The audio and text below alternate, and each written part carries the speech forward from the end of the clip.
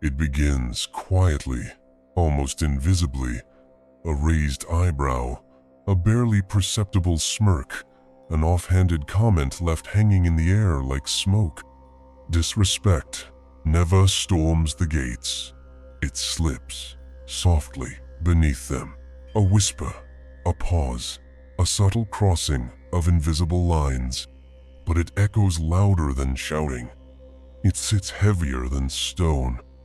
It spreads faster than poison. You feel it long before you fully realize it's there, this silent corrosion, this slow erosion of respect.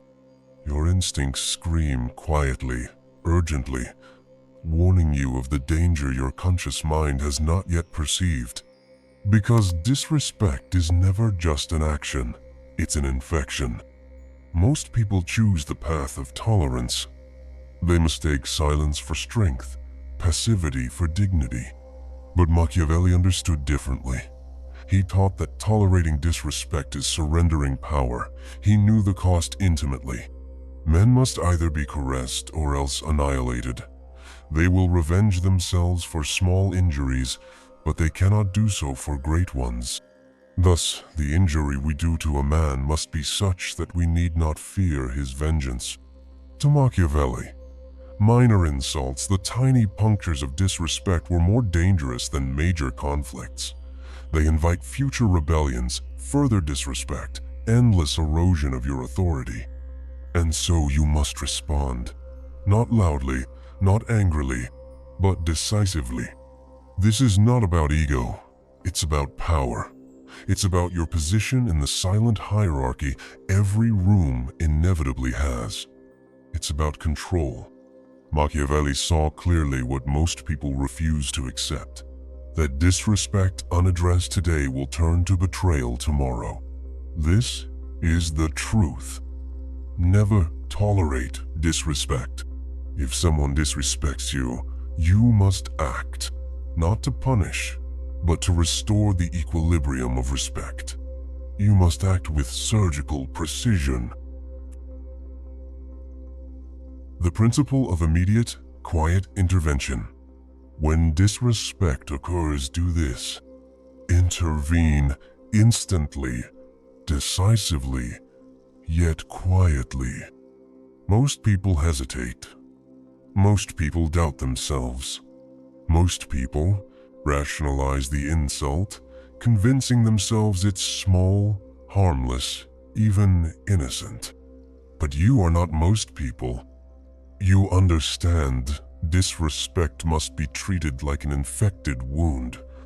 Cut, remove, incise, withdraw. The intervention must not be emotional, loud, or impulsive. Emotion clouds judgment.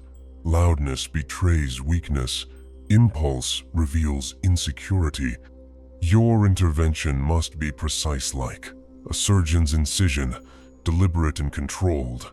You move slowly, clearly, without doubt, without fear. Because hesitation amplifies disrespect. Silence emboldens insolence. Acceptance grants permission for repetition. Here is how you execute this law precisely. First, you address the disrespect immediately but privately. You look directly into the eyes of the offender and calmly ask, "Did you intend that?" Then you pause. Wait. Allow silence to amplify your strength. They do not expect you to confront them so swiftly, with such calm intensity. Most offenders assume disrespect will be ignored or laughed away. Your quiet question reverses this assumption. It turns the tables. Suddenly, the weight of explanation falls on them. They must justify or apologize. Silence and calm become your tools of dominance. Second, limit your words, but sharpen their clarity. Do not lecture, argue, or debate. Do not justify or defend your reaction. Simply state firmly, "I won't accept this again." If you're feeling the power of these words, subscribe right now. Commit consciously, right here, to become decisive in shaping your reality. Your tone must remain neutral, coldly analytical. No anger, no outrage, no reaction. Just a factual, definitive statement that redraws the boundary they attempted to erase. The offender will be unsettled by your brevity, your calmness. They anticipated resistance, emotion, weakness, but they received controlled certainty. Now uncertainty shifts to their shoulders. They must reassess their approach. Third, immediately return to normal behavior, as though nothing extraordinary occurred. Do not hold grudges openly. Do not avoid eye contact afterward. Instead, remain courteous, neutral, professional. Your normalcy emphasizes the power of your controlled response. They see clearly. Disrespect was surgically addressed, not emotionally inflamed. Ask yourself, what message does your calm authority send? How does your quiet intervention rewrite the power dynamic? They don't expect you to respond calmly, clearly, decisively, and that's precisely why this works. Consistency is dominance. It's never enough to respond only once. True authority isn't proven by a single confrontation. It's reinforced through consistency, through discipline. Each moment you allow disrespect to recur unanswered weakens your position irreparably. Machiavelli understood this deeply when he declared, "It is better to be feared than loved if you cannot be both." Your aim is not cruelty. It is clarity. You ensure the boundary you set is reinforced, protected, impenetrable. A single surgical correction establishes your boundary, but consistency transforms it into law. You are no longer responding, you are conditioning. Consistency teaches others precisely how you expect to be treated. You have set a standard. One violation, one surgical correction. Every recurrence demands identical treatment. No deviation, no exception. You never return to the previous state. You redraw the map permanently. Over time, people begin to recognize the pattern. They internalize your standards as their own. Disrespect becomes unthinkable, merely because they fear consequences, but because respect has become the only logical path. The boundaries become invisible, yet understood clearly by all. Your influence is subtle, yet omnipresent. Authority is no longer something you must demand. It is effortlessly granted. Ask yourself, have you allowed disrespect to reoccur through inconsistent reactions? Have you clearly defined the boundary, permanently, immovably? Consistency sends a clear message. Your authority is not fleeting, it's foundational. Now, the strategy evolves into your identity. You're not merely correcting disrespect, you're defining who you are. When disrespect arises, you no longer need to react. You simply reaffirm your identity. Your calm interventions become part of your aura, part of your essence. You are the person whose boundaries remain unshaken, whose authority needs no loud declarations. You're not reacting, you're rewriting the rules. People begin to talk about you differently. Watch your words around them. They won't tolerate disrespect. Be careful how you approach. This is psychological dominance, not intimidation, but quiet authority. You're not feared for what you've done, but respected for what you've proven unwilling to accept. Now, when your name is mentioned, conversations shift slightly. People pause. Voices drop to a respectful tone. They speak carefully, not because they fear anger or retaliation, but because your silence carries more weight than most people's shouts. Your quiet response to disrespect changes their perception of you. It deepens respect, solidifies trust, and creates a protective distance of reverence. Imagine the power of this transformation.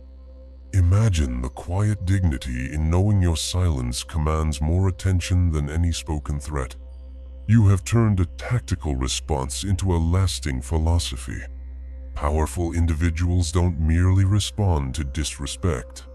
They transcend it. You see clearly now. You're not building a momentary reaction. You're crafting a legacy of silent authority. Your actions, consistent and precise, become part of your mythology. People talk less about what you say and more about how you say nothing at all. You're remembered not by your loudness, but by how your quiet composure unsettles everyone else. When disrespect emerges around you, people hold their breath waiting. They anticipate your calm intervention, your surgical precision. They've witnessed it before. They know its certainty. Your disciplined silence becomes the loudest statement of your power. Machiavelli said, "Everyone sees what you appear to be. Few experience what you really are." You control not just your actions, but your image. Your reputation isn't built by what you tolerate, but by what you clearly refuse to endure. You shape your legacy through disciplined consistency. You control perception by carefully curating your reactions, always measured, always precise, always exact. Ask yourself, what legacy have you built through your responses to disrespect? How clearly have you defined your identity? People begin to instinctively associate your name with respect, not because you demand it loudly, but because you silently embody it at all times. They know one thing clearly: you do not forgive violations quietly. You correct them surgically, precisely, and instantly. They are careful not to cross your invisible lines. Your legacy grows quietly but inexorably. The most influential individuals rarely shout. They never need to. Your silent corrections echo louder than threats. Your carefully measured words carry more weight than the uncontrolled anger others show. Every response to disrespect becomes an example to others. Each intervention is remembered. You teach through demonstration, not instruction. Others observe you closely. They internalize your discipline. They imitate your calm control. They emulate your precision. Through your consistency, you silently teach them how to behave around you, without ever needing to explicitly say it. You become the reference point, the standard against which others measure their own responses. Your legacy isn't shaped by how loudly you speak, but by how deeply your silence is felt. Your silence becomes a strategic, powerful expression of disciplined authority. Machiavelli understood the psychological power of silence when he warned, "It is double pleasure to deceive the deceiver." You don't just respond, you define the landscape of interactions around you. You shape perceptions by your selective, disciplined silence. Your authority is no longer questioned. It's quietly accepted, implicitly understood. If you feel this truth deeply, if it ignites something powerful within you, hit subscribe and commit right now. Your new reality awaits you. Remember this clearly, deeply, irrevocably. Authority doesn't need noise. Dominance doesn't require volume. True power is psychological, strategic, enduringus, quiet, subtle, surgical. It's never about reacting. It's always about calmly controlling perceptions, clearly establishing boundaries, decisively shaping your legacy. Never tolerate disrespect. When disrespected, respond immediately, quietly, precisely. This isn't ego. It's discipline. This isn't anger. It's authority. That's how kings moved. And now, that's precisely how you move.